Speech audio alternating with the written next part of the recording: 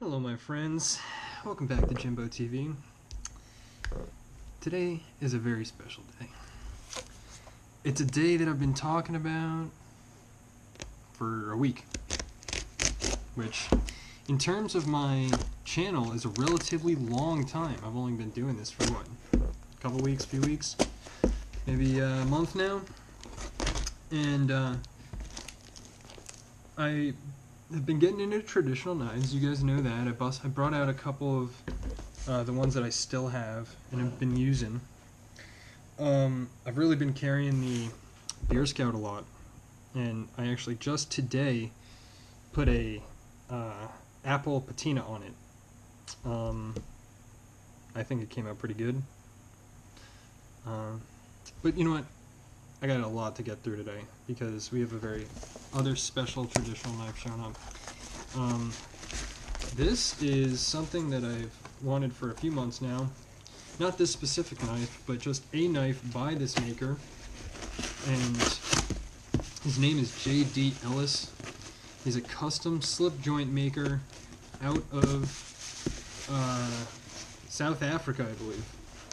So apparently, you know, big knife design or making industry out there in South Africa, because I know Chris Reeves from there, and there's also a other just large community of knife makers that call this guy JD the king of slippies. So slippy being a slip joint knife, a traditional, you know, old school style of knife. And this one was purchased. The story behind this knife, and let's make sure it's on camera here. The story behind this knife, and comes in a very big and beautiful case. This is nice and soft. Comes with a nice microfiber here. A J.D. Ellis Springbok, which I'm guessing means spring back, or, you know, slip joint knife. So the deal with this knife is, it was someone, this guy only makes customs.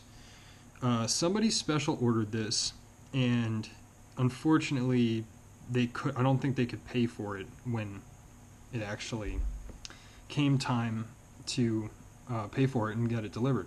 So then the maker, JD, ended up selling it off to someone else for a little bit less money than he was originally going to make on it. And then that guy was someone who bought it. So the guy who bought it straight from JD put it up for sale on Reddit, and I ended up snagging it for an incredibly good price for a J.D. Ellis Springbok RSA. Now this one is in, oh man, wow, that is a serious knife, dude. Look at that Warncliffe, man. Starts all the way back here. Yeah. And it's got a very small swedge to it. I didn't even notice that really in the swedge starts all the way back here. It's the slightest, smallest increasing amount. And obviously he shipped it with a little bit of oil on there. Thank you for doing that, Ryan. Very good deal. Very pleasant dealing with this guy. Man, the fit and finish on this is insane. Just a beautiful, oh my goodness, the torque on that. And it is a pinchable. I would call that a 7. He called it a 6 in the description. But as long as it's pinchable, I don't care. I don't like having a stick. If I had to get my nail in there, this thing would be going instantly. But as it stands, this is the coolest. I think this is the damn coolest Warncliffe traditional you could get. So let's talk a little bit about the materials. It comes with this nice little info card here with some more of his information on the back. It says, the knowledge and skill in the use of a pocket knife, Close the blade with the palm of your hand. Never use a knife on something that will dull or break it. Be careful that you do not cut yourself or any person nearby. Never use a knife to strip the bark from a tree. Do not carve your initials into anything that does not belong to you. Take the pocket knife pledge. I will treat my pocket knife with the respect due a useful tool. I will always close my pocket knife and put it away when not in use. Well, I'm breaking the pocket knife pledge right here.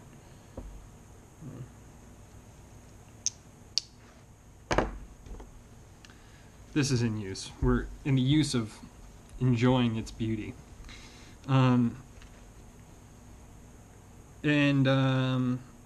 I will not use my pocket knife when it might injure someone near me. I promise never to throw my pocket knife for any reason, and I will use my pocket knife in a safe manner at all times. Cool. Cape Knife Makers Guild. Some Cape something in South Africa. But out on the other side, it has his contact information and all that kind of stuff.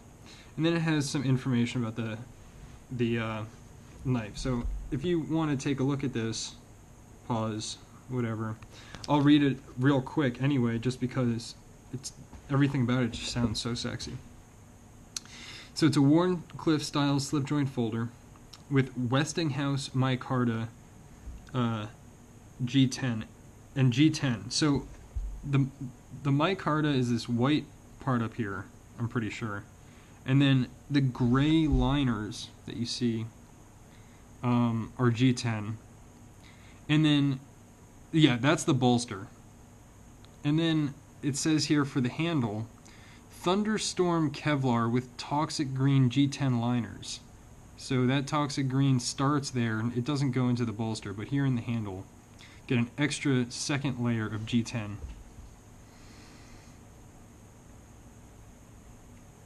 Yeah. So cool, man. 2 layers. And that, you wouldn't think, oh, brown, green, and gray would look nice, but... And then with the white micarta and these 2... I mean, it's just so weird and funky, but... Man, it works. And this, it feels like I have a regular...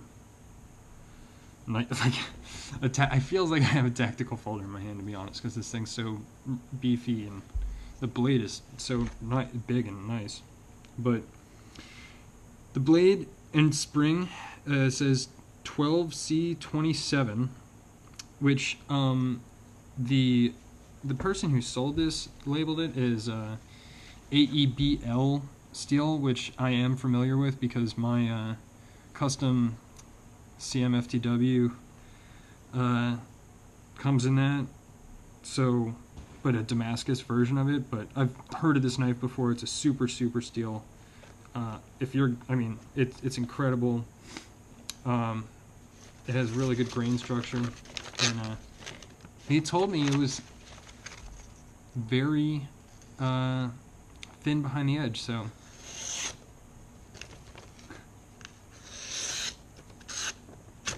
Yeah.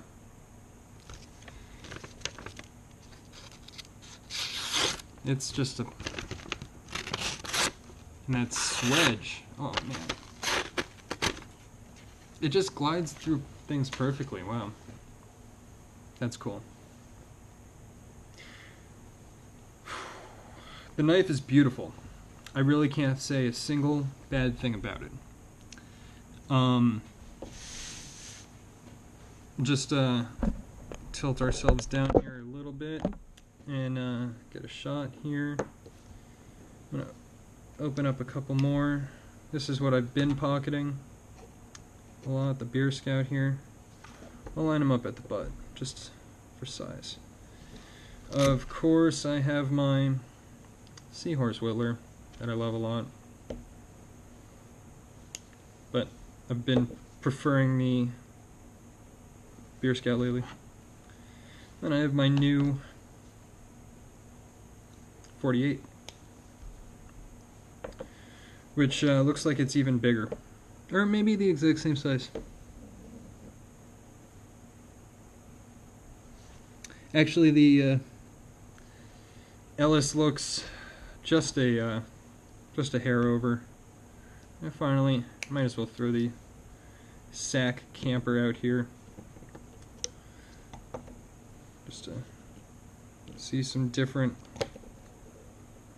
shapes and sizes. Got a nasty fingerprint right here. Take care of that real quick.